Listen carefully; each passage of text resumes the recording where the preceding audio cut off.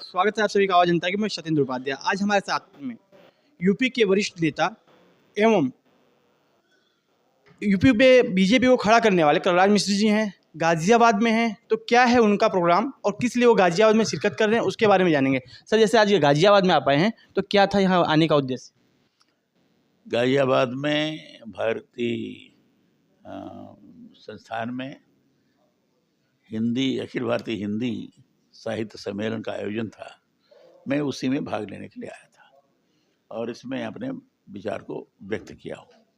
Sir, साहित्य को लेकर के एक स्लोगन था इनका, राम राज्य की स्थापना।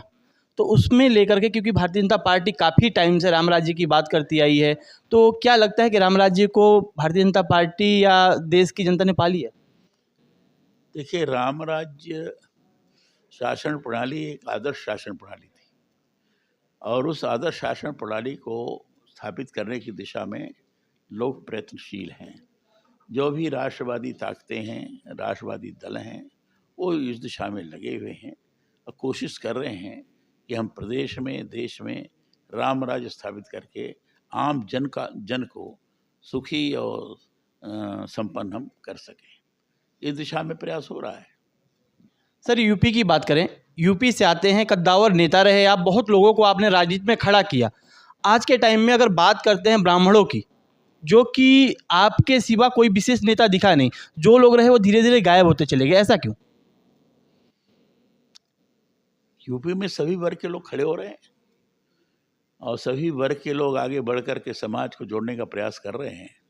हाँ, ऐसी कुछ ताकतें जरूर हैं जो समाज में बिरादरी के नाम पर, जाति के नाम पर तोड़ने का प्रयास कर रहे हैं और जो इस तरह के प्रयास कर रहे हैं वो समाज का बड़ा नुकसान कर रहे हैं, बड़ी हानि पहुंचा रहे हैं। ऐसे लोगों से सावधान रहने की आवश्यकता है।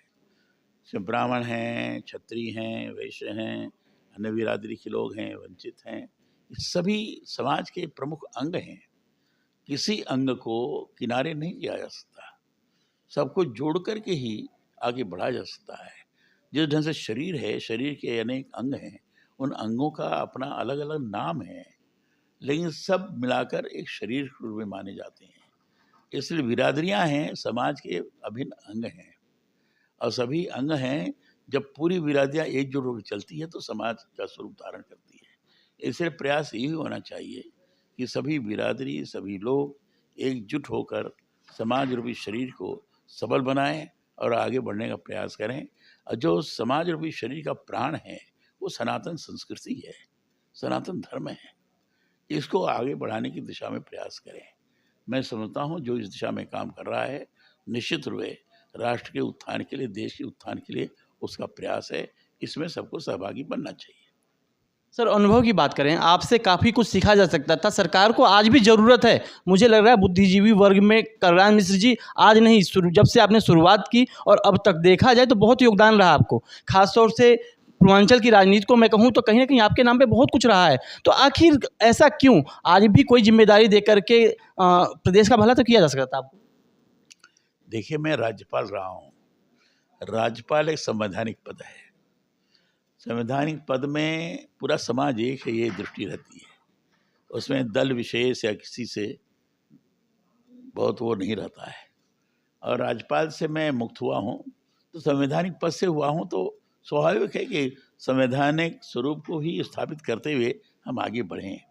इसलिए इस दिशा में ही मैं सोच रहा हूँ और दल भी इसी हिसाब से सोच करके मुझे अपने ढंग से काम करने के लिए छूट दे रखा है। सर, अभी उपचुनाव चल रहा है 9 सीटों पे, तो क्या लगता है कि भारतीय जनता पार्टी 9 सीटों को जीत पाएगी? अब तो भारतीय जनता पार्टी के लोगों से आप बात करिए, पूछिए, वही बता पाएंगे। मैं इस समय सक्रिय राजनीति में नहीं हूँ।